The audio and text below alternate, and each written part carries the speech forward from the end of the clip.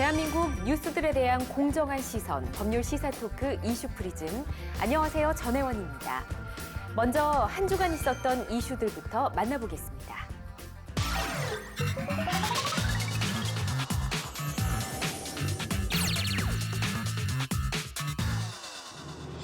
풍요로운 한가위가 끝난 후 부동산 시장이 더욱 긴장하고 있습니다.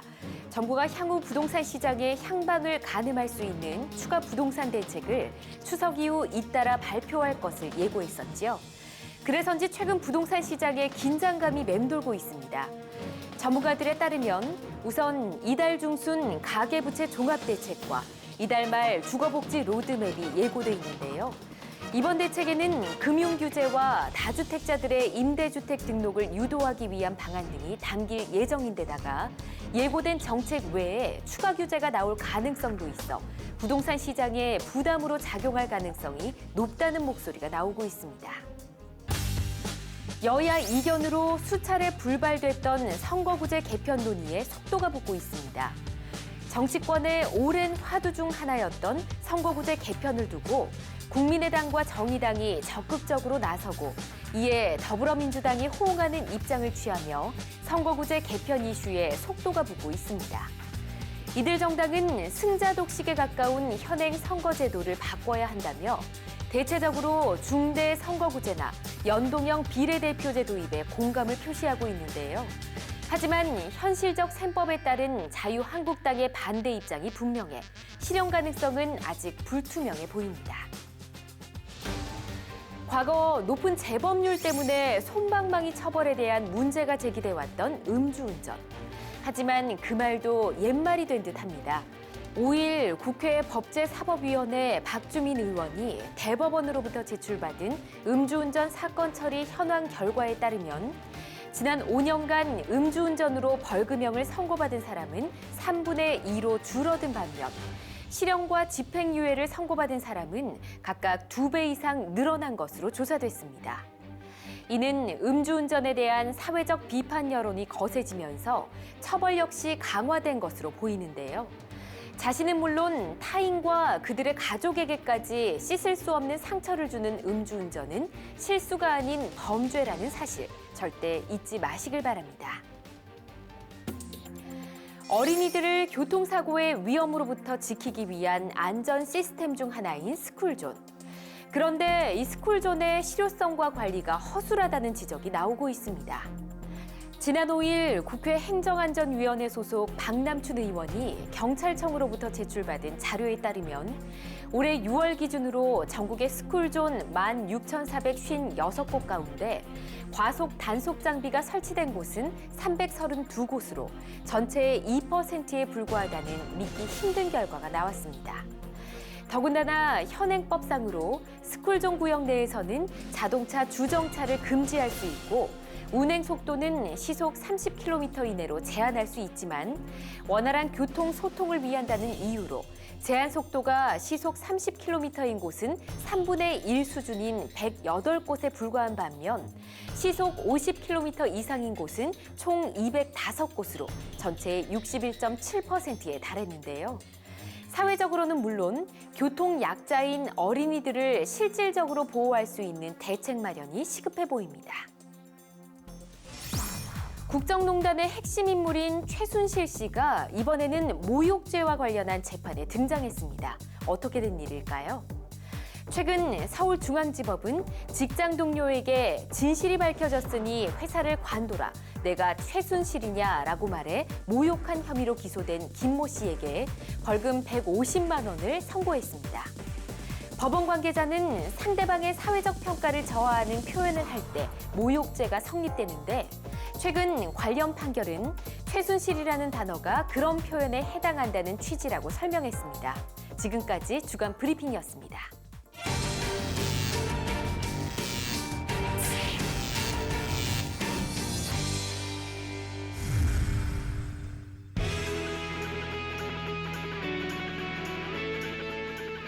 변호사 두 분과 함께 대한민국의 이슈를 쫓아가 봅니다. 변호사 추격대, 오늘도 두 분의 변호사 모셨습니다. 안녕하십니까? 네, 반갑습니다. 네, 안녕하세요. 윤수경 변호사입니다.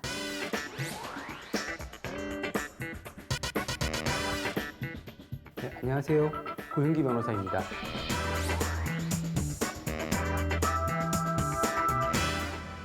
네, 두 분 오늘도 잘 부탁드리겠습니다. 자, 먼저 주간 브리핑에서 스쿨존에 대한 이야기가 나왔었는데 전국 스쿨존에 단 2%만이 단속 장비가 있다. 참 놀라운 사실입니다. 믿을 수 없는 수치인 것 같기도 한데 어떻게 된 이야기인가요, 고 변호사님? 저도 이 뉴스를 보고 깜짝 놀랐는데요. 네. 그 혹시나 해서 시청자분들이 이제 오해하지 않게 말씀을 드리자면 스쿨존이라는 게 2%만 설치되었다는 게 아니라 이 스쿨존에 설치된 과속 단속 장비 설치 비율이 2%라는 얘기입니다. 과속 단속 장비 설치가 2%. 예, 어쨌든 지금 아이들을 지금 보호해야 될 시설 자체가 이렇게 설치율이 미비한 거에 대해서는 상당히 믿기 어려운 수치라고 할 수 있습니다. 맞습니다. 특히 우리 어른들이 어린이 관련 범죄는 굉장히 공분을 하고 있잖아요. 근데 뭐 이렇게 아이들이 가장 많이 다니는 장소, 스쿨존에는 안전장치를 소홀했다는 생각이 좀 부끄럽기도 합니다. 근데 전국적으로 스쿨존 16,000여 곳 가운데 대부분이 이제 과속 단속 장비가 없다는 얘기잖아요. 근데 설치되어 있는 2%, 약 300곳도 제한 속도가 문제인 것으로 보이는데 원래 스쿨존 제한 속도가 한 30km 정도 아닌가요? 많은 분들이 30km로 알고 있는데요. 네. 근데 일률적으로 30km로 제한되는 것이 아니라 실제로는 제한 속도를 정하는 교통안전시설심의위원회에서 그 교통의 흐름이나 이런 다른 요소들을 고려해서 제한 속도를 높일 수가 있습니다. 실제로 일률적으로 30km라는 그 상식은 좀 틀린 얘기죠. 그렇군요. 근데 뭐 교통 정체가 심해지면 좀 짜증이 나긴 하잖아요. 그래도 어린이가 먼저여야 되지 않나 당연히 그런 생각이 드는데 스쿨존 제한 속도를 높여주는 건 조금 이해가 안 되는 것 같기도 합니다. 그렇죠. 근데 더 놀랄 만한 자료가 있습니다. 어떤 자료인가요? 그 전체 단속 장비 설치 스쿨존의 그 제한 속도가 30km인 곳은 108곳밖에 안 됩니다. 아, 300군데 중에서도요? 네, 3분의 1 정도 수준이고요. 예. 40km로 제한되어 있는 게 19곳, 50km가 96곳, 네. 60km가 104곳, 그리고 70km로 제한된 게 5곳이나 됩니다. 그렇게 높아요? 네, 높습니다. 70km 정도면 뭐 서울 시내에서 간선도로나 자동차 전용도로 빼고 나면 웬만한 데보다 높은 수치인 것 같은데 그렇다면 이 스쿨존 제한 속도가 좀 의미가 없는 게 아닐까 싶습니다. 네. 그래서 말씀하신 것처럼 이런 단속 장비나 과속 제한이 사실 실효성이 없는 게 아니냐라는 지적이 계속 나오고 있고요. 네. 앞으로 이제 아이들을 보호하기 위한 좀 더 실효성 있는 대책이 강구되기를 좀 기다려 봐야겠습니다. 그렇군요. 아, 해외에서 우리가 좀 보고 배울 만한 사례가 있지는 않을까 싶은데요. 임 변호사님 어떤가요? 먼저 독일의 경우에는 템포 30이라는 정책이 있는데요. 네. 이 템포 30이라는 정책은 병원과 양로원, 주거지역과 같이 어린이나 그 보행 약자들이 이용하는 시설, 주변의 자동차 주행 속도를 최고 시속 30km로 제한하는 정책입니다. 예. 그래서 단순히 스쿨존뿐만 아니라 교통사고 발생 가능성이 높은 곳을 템포 30으로 지정할 수가 있는데요. 특히 우리나라 같은 학교 인근 지역, 스쿨존 지역의 경우에는 속도 제한이 시속 10km 이하인 네. 곳도 있습니다. 그렇군요. 뭐 10km 이하면 만에 하나 사고가 일어나더라도 일단 어린이들이 다치는 건 피해를 최소화할 수 있겠네요. 네, 그렇죠. 네. 그래서 지금 네덜란드와 미국의 사례를 또 들어보고 싶은데요. 네덜란드는 별도의 어린이 보호 구역이 없습니다. 대신에 이제 주거 지역과 광장과 같이 주민들이 많이 이용하는 지역은 네. 본 엘프라고 해서 본 엘프? 네, 보행자 보호 구역으로 지정이 되어 있고요. 예. 그래서 이곳은 보도와 차도의 구분이 없음에도 불구하고 차량 운전자가 보행 속도보다 빠르게 운행해서는 안 된다라는 규정을 가지고 있습니다. 예. 그래서 보통 편도 1차로의 일반 도로 제한 속도가 시속 60km인 우리나라랑 비교하면은 굉장히 강력한 속도 제한 정책이라고 할 수 있겠죠. 그렇군요. 해당 도로에서는 차가 사람보다 빠르면 안 된다. 좀 답답할 수는 있겠지만 일단 안전을 위해서는 이 정책이 최고이지 않을까라는 생각이 듭니다. 근데 우리가 많은 것들을 좀 뭐 보고 있는 미국 같은 경우는 어떨까요? 이 미국은 스쿨존 규정 속도가 시속 30km로 이제 우리나라와 비슷한데요. 네. 그런데 그 범위나 제한 사항이 우리나라보다 훨씬 강력하게 규정되어 있습니다. 그래서 스쿨존 범위가 학교 근처 500m 이내로 제한이 돼서 우리나라와 비교하면은 우리나라는 300m로 규정이 되어 있기 때문에 네. 1.5배가 넘는 그런 범위가 스쿨존으로 지정이 되게 되고요. 또 학교 앞에 스쿨버스가 멈추는 경우에 같은 방향뿐 아니라 반대 방향의 차량도 반드시 정지해야 한다라는 규정을 가지고 있습니다. 그렇군요. 법규라는 것이 아무리 좋아도 그 나라의 정책과 또 상황에 맞게 정해져야 하는 것이 맞긴 하지만 어린이들의 안전을 위해서는 좀 이런 강력한 규제들이 우리나라에도 필요하지 않을까라는 생각을 해봅니다. 자, 이렇게 주간 브리핑 내용 잠깐 살펴봤고요. 오늘 본격적으로 이슈를 지금부터 쫓아가 보도록 하겠습니다. 자, 그럼 두 분의 변호사님 가져온 이슈, 첫 번째 이슈는 고윤기 변호사님 가지고 오셨는데요. 어떤 주제 준비하셨나요? 네, 제가 오늘 가져온 이슈는요. 국정농단 수사 1년 진실게임의 결말을이라는 주제입니다. 그 추석 연휴 기간인 지난 5일이었죠. 그 대한민국 헌정사상 초유의 사태인 이른바 최순실 게이트의 수사가 지금 1년을 맞이했습니다. 그 이런 좀 불미스러운 문제에 1주년이라는 말 같은 것을 붙이는 건 좀 적당하진 않다고 생각하지만 그래도 국민의 한 사람으로서 이 사건이 얼마만큼 정의롭게 끝날 수 있는가를 좀 맨 눈으로 지켜볼 필요가 있어서 이 주제를 갖고 오게 되었습니다.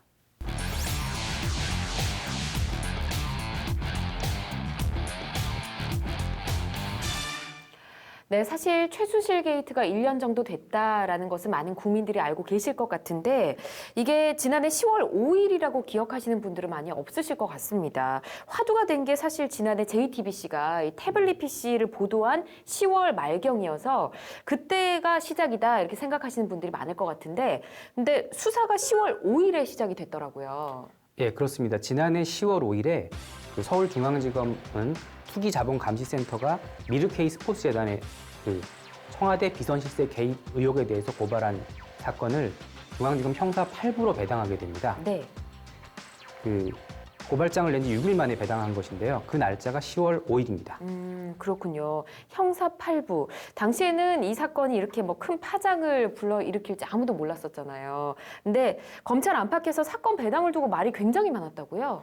네, 당시에만 해도 지금 특수부가 아닌 예. 지금 형사부에다 배정한 것 자체가 지금 말이 많았고 또 8부에 배정한 것도 좀 문제가 있다는 의견들이 좀 많았습니다. 그렇군요. 이 사건이 형사 8부에 배정이 되자마자 많은 언론과 지식인층에서 사건 수사에 의지가 있는 거냐 이런 많은 논란들이 또 있었는데 형사 8부에 배당이 됐다라는 게 대체 어떤 의미가 있는 건가요? 일단 특수부가 아니라 형사 8부는 그 일반적인 그 형사 고발 사건, 고소 사건을 수사하는 곳이고요. 특히 예. 8부는 부동산과 관련된 사건들을 중점적으로 수사하는 곳입니다. 부동산이요? 네. 최근에 지난 8월에 건설 부동산 범죄 전담부라고도 이제 명칭이 좀 바뀌기도 했는데요. 근데 당시에 투기자본센터 고발한 내용은 미르케이 재단의 청와대 비선실세 의혹입니다. 네. 그래서 이걸 수사하다 보면 당연히 청와대랑 마주칠 수밖에 없는 구조인데 이 사건을 형사부에 배정한 것 자체 가지고 그리고 특히 부동산 전담부인 8부에 배당한 거 가지고 네. 좀 많은 논란이 됐었습니다. 그렇군요. 그래서 수사 의지가 있냐라는 뭐 이런 말들이 나왔던 것 같습니다. 그리고 그 이후에 최순실 씨의 태블릿 PC 보도가 나왔고 또 박근혜 대통령이 3번의 사과를 했었죠. 이어서 최순실 씨가 귀국을 하고 또 박영수 특검이 출범을 합니다.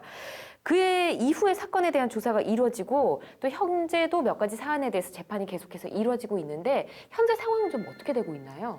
일단 재판에 대한 상황을 정리하자면 예. 그 수사 과정을 좀 알아야 되는데요.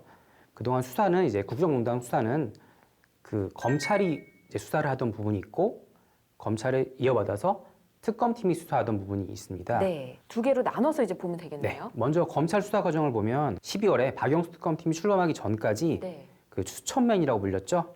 안종범 전 청와대 정책조정수석 그리고 정호성 전 청와대 부속비서관 그리고 차은택 그 전 창조경제 네. 추진단장 그리고 김종 전 문화체육부 그 제2차관 등 네. 국정농단의 핵심 관료들을 구속했습니다. 네, 맞습니다. 검찰 쪽에서 구속을 한 사람들을 지금 말씀을 해주셨고 윤 변호사님 그럼 박영수 특검팀은 어떤 사람들을 구속을 했었죠?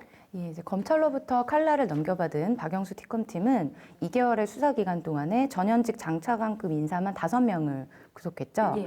그 사람들로는 이제 문영표 전 보건복지부 장관, 김종덕 전 문화체육관광부 장관, 네. 정관주 전 문체부 1차관, 그리고 왕 실장이라고 불리는 김기춘 전 청와대 비서실장, 그리고 최근 집행유예를 풀려난 조윤선 전 문체부 장관이 되겠습니다. 맞습니다.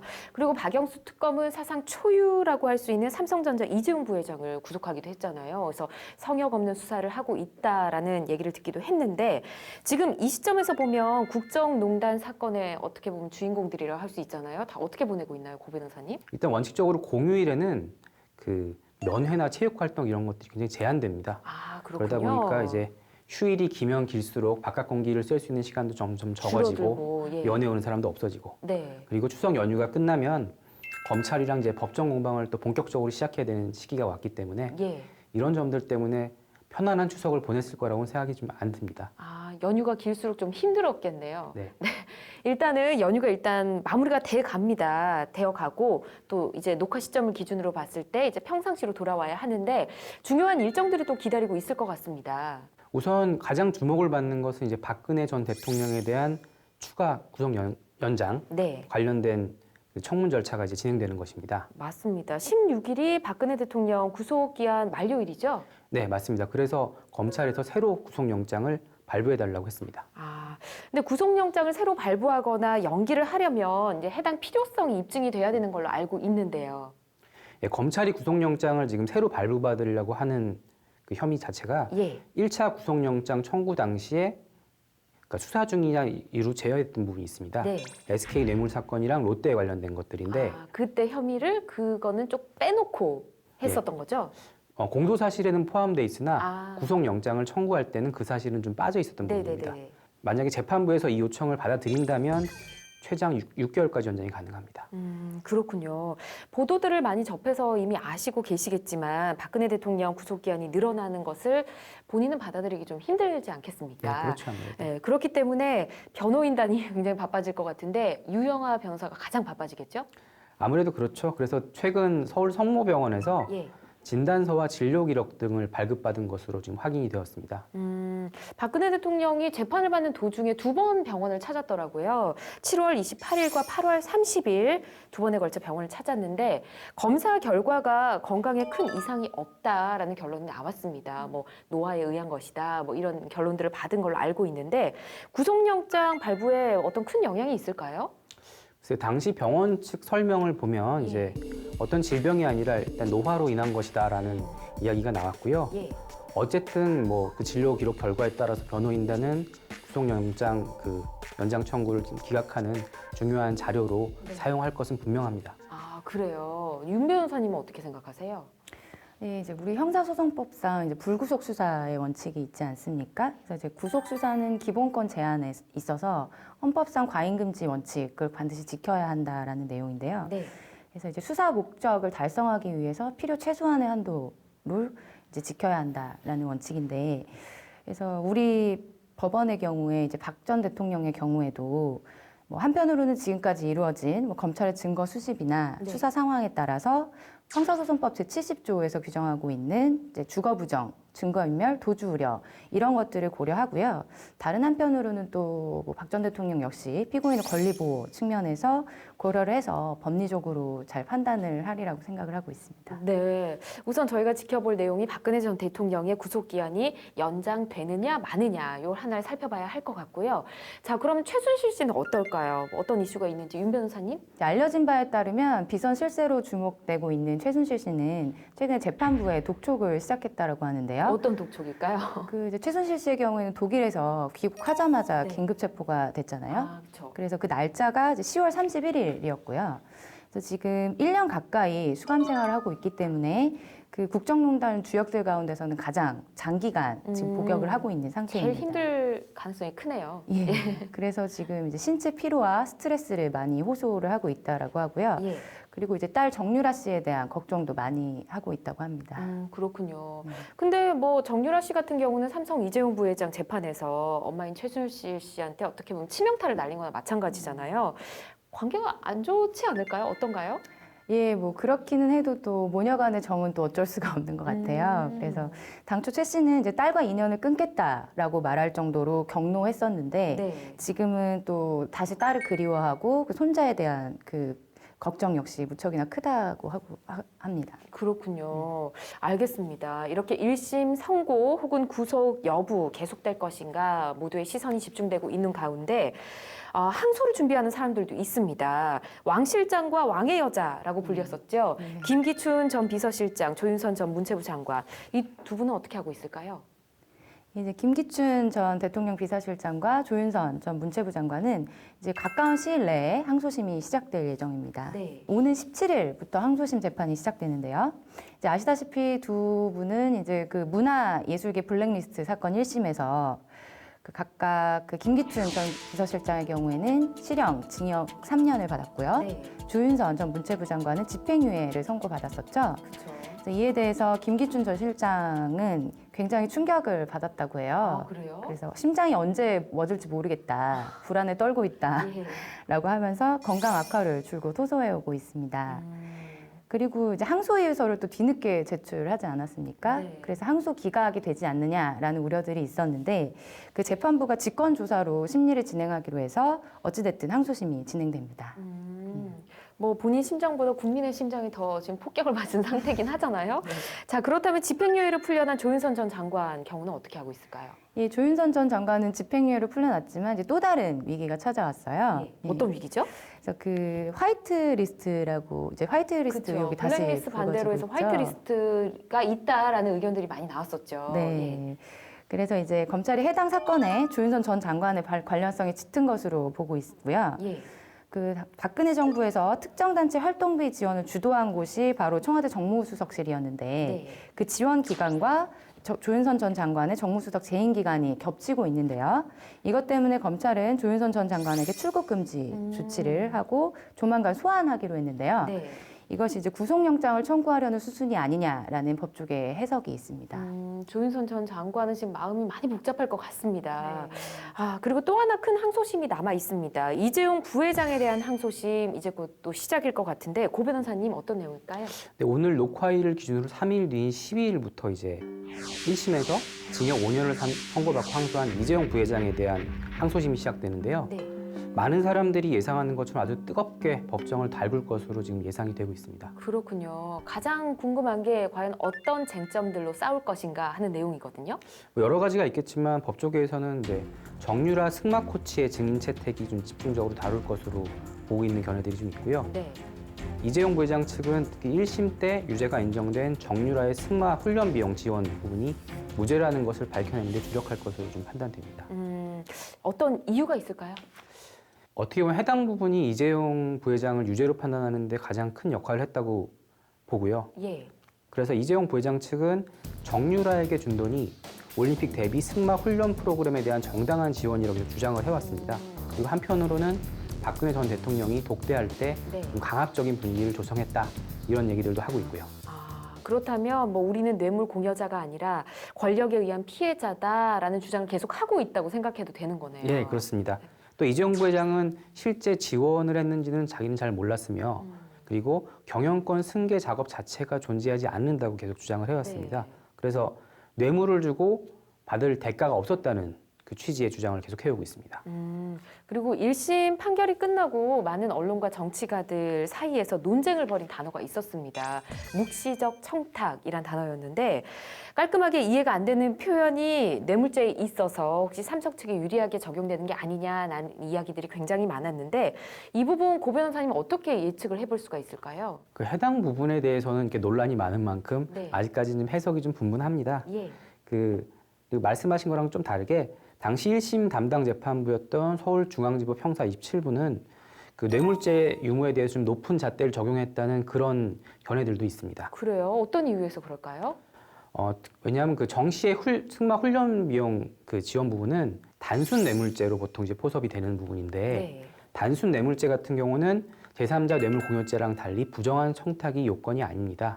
근데 이 재판 그 판결문을 보면 마치 부정한 청탁에 대한 부분도 이제 그 판단을 내놓거든요. 예. 이런 부분에 대해서 그 부정한 청탁을 굳이 판단할 필요가 있었느냐라는 그런 논란들이 좀 있습니다. 그렇군요. 그렇다면 뭐 삼성은 이재용 부회장이 돈이 오고 간 것을 인식하지 못했다라는 이 주장을 계속 밀고 갈 수밖에 없는 건가요? 어떻게 진행될지 예단하기는 조금 어렵지만 예. 지금 상황으로는 좀 그렇게 보시는 분들이 좀 많습니다.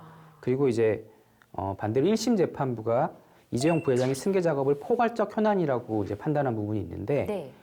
이 부분을 개별적 현안으로 바꿔서 백가성을 인정할 수 있다는 의견 또한 있습니다. 오. 그러다 보니까 그 항소심에서는 1심보다 더 이제 피 튀기는 그런 싸움이 벌어지겠네요. 더 치열한 법리 공방이 이루어질 거라고 예상됩니다. 아, 알겠습니다.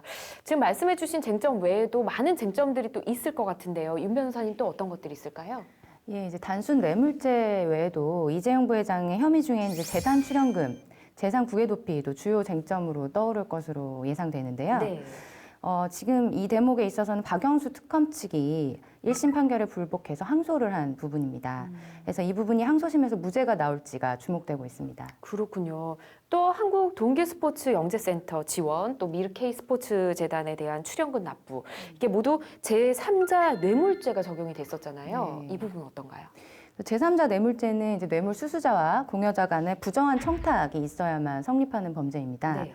때문에 이제 영재센터 지원은 1심에서 유죄를 받았고요.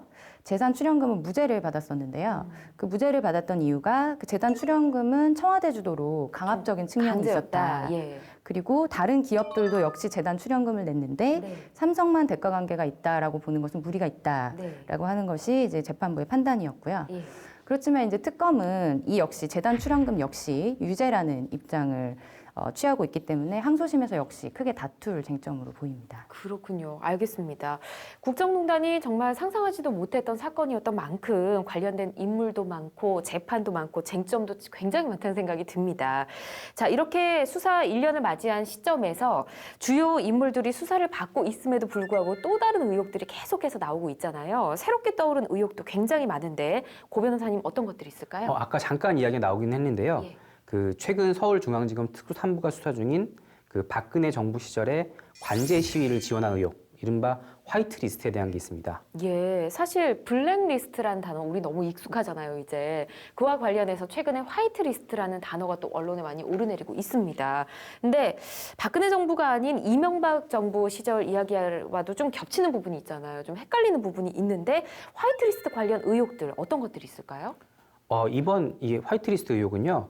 특검팀이 지난 3월에 수사 결과를 발표할 때 그 전경련 전국경제인연합에서 청와대의 지시로 자체 자금에다가 삼성, 현대차, SK 등으로 이제 받은 그 돈을 합쳐서 한 68억 원을 친정부 성향 보수 단체에 2014년부터 지난해까지 3년에 걸쳐 지원을 했다는 그것을 밝힙니다. 네. 이렇게 돼서 알려졌는데요. 이 사건에 대해서는 이제 특검팀 수사가 종료함에 따라서 검찰에 넘어가서 검찰이 지금 수사를 하고 있습니다. 처음엔 중앙지검 형사 3부에서 수사를 하다가 지금 그 특수 3부로 재배당해서 수사가 진행되고 있는데요. 네. 이것들 외에도 지금 특수 1부에서는 그 최 씨의 딸 정유라 씨 관련된 사건과 박 전 대통령 시절 청와대 문건 관련돼서 수사를 진행하고 있고 특수 2부에서는 박근혜 대통령 시절에 면세점 선정 관련 비리 의혹을 수사하고 있습니다. 이런 식으로 지금 검찰은 굉장히 바쁘게 돌아오고 있습니다. 그렇군요. 자, 이렇게 국정농단 수사의 1년 상황을 잠깐 정리를 해봤습니다. 박근혜 정부의 국정농단을 수사를 하면서 또 한 명의 전직 대통령과 또 적폐 의혹들이 불거졌는데 국정원 댓글 사건 요즘 또 뜨겁게 이슈가 되고 있고요. 또다시 등장한 문학의 블랙리스트 사건으로 대표되는 이명박 정부의 적폐 의혹인데 이 사건들이 과연 어떻게 진행되고 있는지 좀 알아봐야 될 것 같습니다. 고 변호사님. 사실 이명박 그 정부 시절 국정원 댓글 사건과 이제 문학의 이번에 블랙리스트 사건은 어떻게 물론 다른 사건이지만 네. 굉장히 비슷한 면이 그 있습니다. 느낌이 비슷해요, 거의. 예. 그래서 먼저 국정원 댓글 사건에 대해서 현재 상황을 말씀드리면 네. 그 원세훈 전 국정원장은 지금 구속된 상태고요. 예.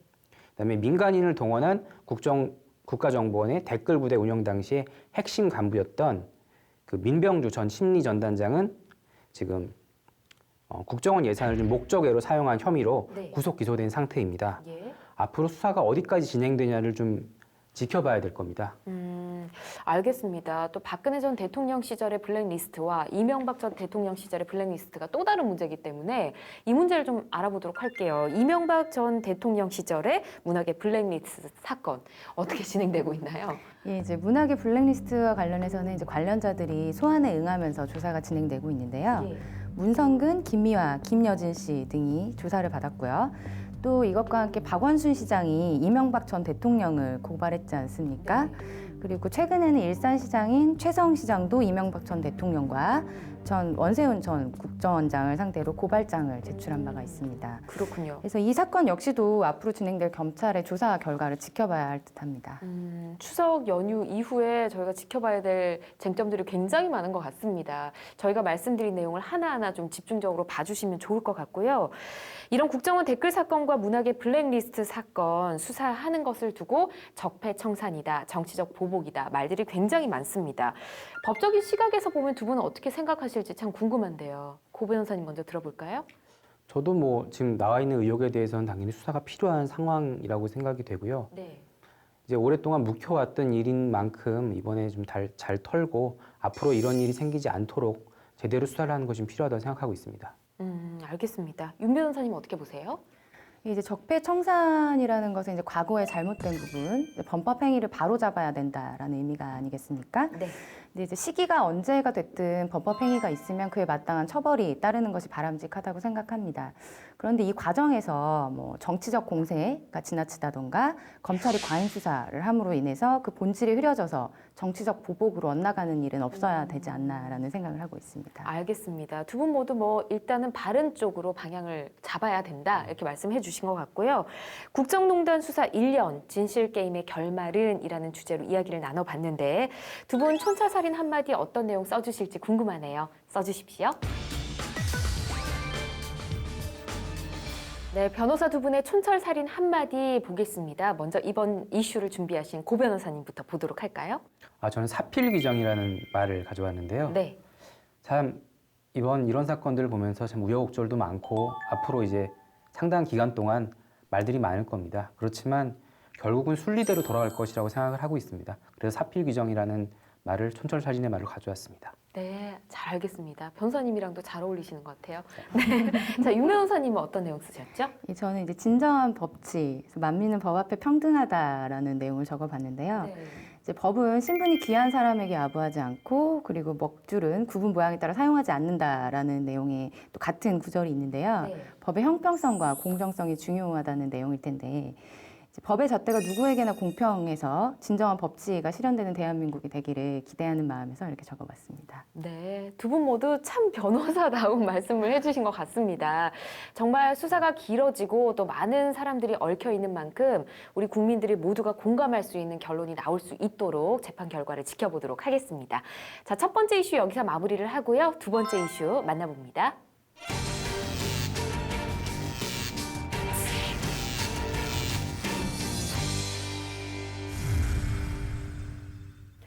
네, 변호사 추격대 이제 두 번째 이슈 이야기 나눠보겠습니다. 두 번째 이슈는 윤 변호사님 준비하셨죠? 네, 제가 오늘 준비한 이슈는요. 요즘 이제 사회 곳곳에서 많은 문제가 되고 있죠. 네. 취준생을 울리는 이제 취업 비리.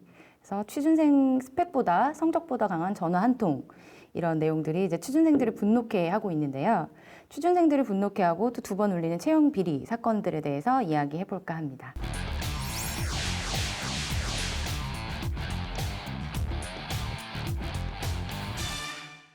네, 사실 요즘 사회에서 우리 청년들한테 가장 힘든 것 중 하나가 바로 취업인 것 같습니다. 뭐 일자리도 많이 없다고 하고 취업이 그만큼 힘들다고 하는데 이런 상황에서 채용 비리 사건이 터지면 그만큼 또 힘이 빠지기도 하거든요. 그런 감정이 들어요. 네, 이제 특히나 취업을 준비하고 있는 학생들이나 그분들의 가족분들은 정말 좌절감이 크실 것 같은데요. 그러니까요. 예, 많이 문제가 되고 있기 때문에 근절되어야 한다라고 생각합니다. 네, 채용 비리가 근절되기를 바라면서 이제 해당 이슈를 하나씩 살펴볼 텐데요. 지금 채용 비리 관련된 굵직한 사건들이 있는 걸로 알고 있습니다. 어떤 사건들이 있을까요? 예, 여러 가지가 있는데요. 최근에 문제가 된 것은 이정현 의원의 친동생의 조카가 지난해 하반기 한국항공우주산업 카이에 조작된 점수로 합격했다라는 의혹을 받고 있습니다. 조작된 점수 얼마나 많이 조작했길래 그럴까요? 그러니까 당시 지원자가 500여 명이었는데요. 네. 그 당사자인 조카의 서류 심사 성적이 300등 밖이었다고 해요. 근데 그럼에도 불구하고 그 조카분이 면접 심사 대상자인 20여 명에 포함이 됐고요.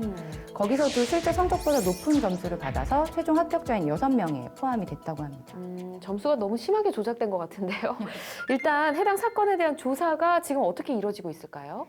그래서 그 사건과 관련해서는 현재 하성룡 전 카이 대표는 이정은 의원의 친동생 조카를 비롯해서 10여 명을 카이에 부정 입사시킨 혐의를 포함한 10개의 범죄 혐의로 지난달 23일에 구속된 상태고요. 한 명이 아니네요. 네, 예. 10여 명 그러니까요. 되고요. 그 관련돼서 이제 이정현 의원의 친동생은 검찰 조사를 받았는데요. 조사를 받고 나오면서 그냥 고려대 동문이었던 하 선배에게 전화 한 통 했을 뿐이다라고 네. 하면서 하 선배와는 전혀 상관이 없고 조카의 카이 입사와도 무관한 우리 형을 왜 걸고 넘어지냐라고 하면서 오히려 언론에 불만을 쏟아냈습니다. 그렇군요. 자, 채용비리 사건, 이 사건뿐만 아닌 것 같습니다. 고 변호사님 또 다른 사건도 있죠. 예, 말씀드리는 참 착잡하기는 한데 예. 이 채용 비리라는 게 아무래도 사회적으로 좀 힘이 있어야지 할 수 있는 거기 그렇죠. 때문에 예. 그 사회 고위직에서 이런 일이 좀 벌어지나 봅니다. 그래서 박근혜 전 대통령도 한번 문제가 됐고요. 예. 그리고 그 실세 중에 한 명이었던 최경환 전 의원도 지금 수사 중에 있습니다. 예, 박근혜 전 대통령 같은 경우는 KT와 연관이 있었던 것 같고 최경환 전 의원은 중소기업진흥공단이었던 걸로 기억을 하는데 구체적으로 어떤 내용이었죠? 먼저 박근혜 전 대통령 같은 경우는요. 민간기업 KT를 상대로 직권남용과 강요 혐의를 받고 있습니다. 검찰에 따르면 그 최순실 그리고 안종범 전 청와대 조정수석과 함께 KT의 최 씨의 지인인 이동수 신혜성 씨를 임원으로 이제 채용을 하고, 예, 그다음에 2006년 3월부터 8월까지 그 최 씨가 운영하는 플레이그라운드에 68억 상당의 광고를 발주한 것으로 지금 알려져 있습니다. 그렇군요. 그렇다면 최경환 전 의원은 어떤 경우일까요? 최 전 의원의 경우에는 수원지검 지금 안양지청에서 지난 3월 20일자로 불구속 기소를 했는데요. 네. 그 혐의는 직권남용과 강요죄입니다. 검찰에 따르면 지금 최 의원은 2013년에 박철규 전 중소기업진흥공단 이사장에게 네. 자신의 지역구 사무실에서 인턴으로 일했던 황모 씨의 취업을 부탁을 합니다. 근데 그 실제로 이제 중소기업진흥공단 직원들에 따르면 박 전 이사장의 지시를 받고 네. 황 씨의 각종 점수를 조작한 뒤에 그 취업을 성공시키게 됩니다. 예, 참 대단하네요. 점수 조작 얘기가 계속 나오는데 어떻게 그렇게 할 수 있는 건지 참 이해가 힘듭니다. 근데 이외에도 또 보면 강원랜드, 금감원, 채용 비리와 관련된 뉴스들이 곳곳에서 터지고 있는데 수치를 보니까 뭐 39개 기관에서 100건이 넘게 적발이 됐다고 해요. 정말 어떻게 이럴 수 있나 하는 생각을 계속 하게 됩니다. 윤 변호사님, 이런 경우 처벌은 어떻게 될까요? 네, 일반적으로 이런 취업 청탁의 경우에는 청탁을 한 사람보다 들어준 사람이 더 큰 처벌을 받게 들어준 되어 사람이요? 있습니다. 네. 그래서 이제 일반적으로 부정한 입사 청탁을 들어준 사람에게는 네. 허위 사실을 유포하거나 위력으로서 사람의 업무를 방해한 자에게 적용되는 업무방해죄 또는 이제 공문서 또는 사문서 위조 혐의가 적용이 되게 되는데요. 업무방해죄 같은 경우는 법정형이 5년 이하의 징역 또는 1,500만 원 이하의 벌금이고요. 공문서 위조의 경우에는 10년 이하의 징역, 그리고 사문서 위조의 경우에는 5년 이하의 징역 또는 1,000만 원 이하의 벌금을 받게 됩니다. 그렇지만 민간인이 부정한 청탁을 한 경우, 부정 입사 청탁을 한 경우에는 금품이나 대가가 오고 가지 않는 한 처벌이 쉽지가 않은데요. 예. 우리가 앞서 본 것처럼 이제 이정현 의원의 친동생 조카가 취업한 경우, 그 카이 사건의 경우에는 그 내용처럼 조카가 입사하는데 전화 한 통 한 게 전부라고 한다면 사실 이정현 의원의 친동생인 이 씨에게는 법적인 책임을 묻기가 어려울 확률이 높습니다. 그렇군요. 무언가 뇌물 같은 대가성이 오고 가지 않으면 청탁을 한 민간인에게는 법적 책임을 묻기 어렵다. 이렇게 봐야 되는 거죠. 네. 아, 그렇다면 이런 정의롭지 못한 방법으로 취업을 한 그 당사자는 어떤 처벌이 있을까요? 이 당사자의 경우에는 채용을 실시한 기업이나 기관의 내규를 살펴봐야 할 텐데요. 네. 자신이 직접 퇴사를 하지 않는 한 부정한 청탁으로 취업을 했다라고 해서 고용을 취소하거나 강제로 퇴사시킬 수는 없을 것 같습니다. 그래요. 그래서 그런 권한이 있는 경우가 많지가 않기 때문에 예. 실제로 최근 문제가 된 금감원의 경우에도요. 채용비리 정황이 드러났지만 네. 그 채용비리 관련자들이 징계를 받았음에도 불구하고 취업 당사자들은 처분할 근거가 없다라고 합니다. 근거가 없다. 어떤 이유가 있을까요? 이걸 법적인 측면에서 바라보게 되면 해당 기관이나 회사에 관련된 규정, 내규가 있는지가 가장 중요한데요. 네. 금감원의 경우에는 현행법이나 금감원 내부 규정에 비리로 채용된 사람에 대한 처벌 규정이 존재하지 않는다고 아예 해요. 없네요. 네, 예. 그렇기 때문에 처벌하기가 쉽지가 않고요. 예. 뭐 실제로 한 법률 전문가도 하자 있는 임용 처분의 경우에는 취소가 가능하지만 그래서 비리 당사자를 내보낼 수는 있지만 이것이 인사재량에 해당하는 사항이기 때문에 네. 소송에 또 여지가 있다. 그래서 신중해야 한다라고 언급한 바가 있습니다. 그렇군요. 그래서 법적으로만 따지면 뭐 채용 비리로 취업한 사람을 내보낸다라고 하더라도 또 소송에 휘말릴 위험이 있다라는 부분을 또 간과해서는 안 될 것 같습니다. 알겠습니다. 사회적으로 많은 박탈감을 안겨주고 있는 채용 비리 사건들, 근절하기 위한 대책이 좀 필요할 것 같은데 이런 사건들이 계속해서 터지게 되면 뭐 국회에서도 많은 의견들이 나올 것 같습니다. 뭐 어떤가요, 고 변호사님? 이게 시발점이 될 수 있을 것 같은데요. 예. 국회에서 채용 비리 중에 가장 지금 많이 문제가 됐던 게 국회의원 보좌관 등을 친인척으로 채용하는 맞아요. 부분들이었습니다. 국회에서도 이런 일이 있죠. 예. 그래서 이런 비리들을 근절하기 위해서 국회에서는 지금 윤리법규 개정안을 지금 마련한 상태입니다. 한때 국회의원 보좌관을 의원의 친인척이나 지인을 채용한다라고 해서 문제가 많았었는데 개정안에 과연 어떤 내용이 포함되어 있을지도 궁금해지네요. 뭐 개정안에 대해 설명을 드리기 전에 예. 우선 보좌관 채용에 있어 다른 나라들은 일단 규정들이 있습니다. 있어요? 우리나라는 아직 없고. 네. 예. 미국 같은 경우는 친인척은 전면 불가, 하지만 일본은 부분적 허용, 그리고 프랑스와 독일은 전면적으로 허용을 하고 있습니다. 근데 우리나라는 규정 자체가 아예 없고요. 예. 그래서 우리나라의 경우에도 법적으로 어떤 자격을 둘 것인지에 대해서 지금 기준을 마련해야 된다는 견해가 나오고 예. 이제 그런 부분에 대해서 의견들이 지금 모이고 있는 상태입니다. 그렇군요. 미국은 뭐 전면 금지라고 말씀해 주셨으니까 어기면 안 되는 거고요. 근데 프랑스와 독일이 전면 허용이잖아요. 그러면 마음껏 채용을 할 수가 있는 거네요. 채용 자체는 뭐 마음껏 할 수 있지만 네. 일단 다른 부분에 좀 불이익이 있습니다. 어떤 분위기죠? 프랑스 같은 경우 친인척을 이제 채용을 하게 되면 네. 급여의 절반만 주게 돼 있고 이 친인척이기 때문에. 독일 같은 경우는 배우자를 포함한 친인척을 보좌관으로 영입한 경우에 아예 무급으로 근무해야 됩니다. 그렇군요. 그럼 그냥 가족처럼 함께 일을 하던지 아니면 그냥 외부 사람을 채용해라 이런 뜻인 것 같습니다. 이 외에 또 논의되고 있는 대안들이 있는지 알아보고 싶은데요. 어떤 내용이 있을까요? 그러니까 채용을 허용하되 이제 관계에 대한 기준을 좀 마련하자라는 논의가 있습니다. 네. 예를 들어 4촌 이내는 금지, 6촌 이내는 1명 이내로 신고할 것, 신고 의무를 부과해서 예. 이런 골자로 하는 그러니까 친인척 채용 부분적인 금지에 대한 그 대안들도 제시되고 있는 상태입니다. 그렇군요. 알겠습니다. 국회에서도 이렇게 논의가 되고 있는 거 보니까 멀지 않은 시기에 관련 대책들이 좀 발표가 되지 않을까 싶습니다. 두 분 이 내용과 관련해서 법조인이시니까요. 뭐 어떤 대책들을 좀 생각해 놓지 않으셨을까 싶은데 고 변호사님 먼저 들어볼까요? 결국은 이제 대가가 오가지 않아도 청탁을 규제할 수 있는 법률들이 필요합니다. 예. 뭐 채용 비리, 좀 더 나아가서 고용 세습 이런 부분들까지 규제를 할 수 있는 법률이 필요한데 지금 국회에서는 하태경 의원이 법안을 발의해서 지금 진행 중에 있는 상태이고요. 네. 그렇지만 이 부분에 대해서는 이제 좀 더 많은 논의들이 계속되고 좀 많은 사례들이 좀 쌓여가지고 법안들이 좀 만들어져야 될 것 같습니다. 알겠습니다. 자, 윤 변호사님은요? 네, 그 채용 비리를 수행한 사람만 처벌을 하고 그 원인 제공자를 처벌하지 않는다라고 하면은 채용 비리가 근절되기 어렵지 않겠습니까? 네. 실무자 입장에서는 권력자의 청탁을 거절하는 것이 쉬운 일이 아닐 텐데요.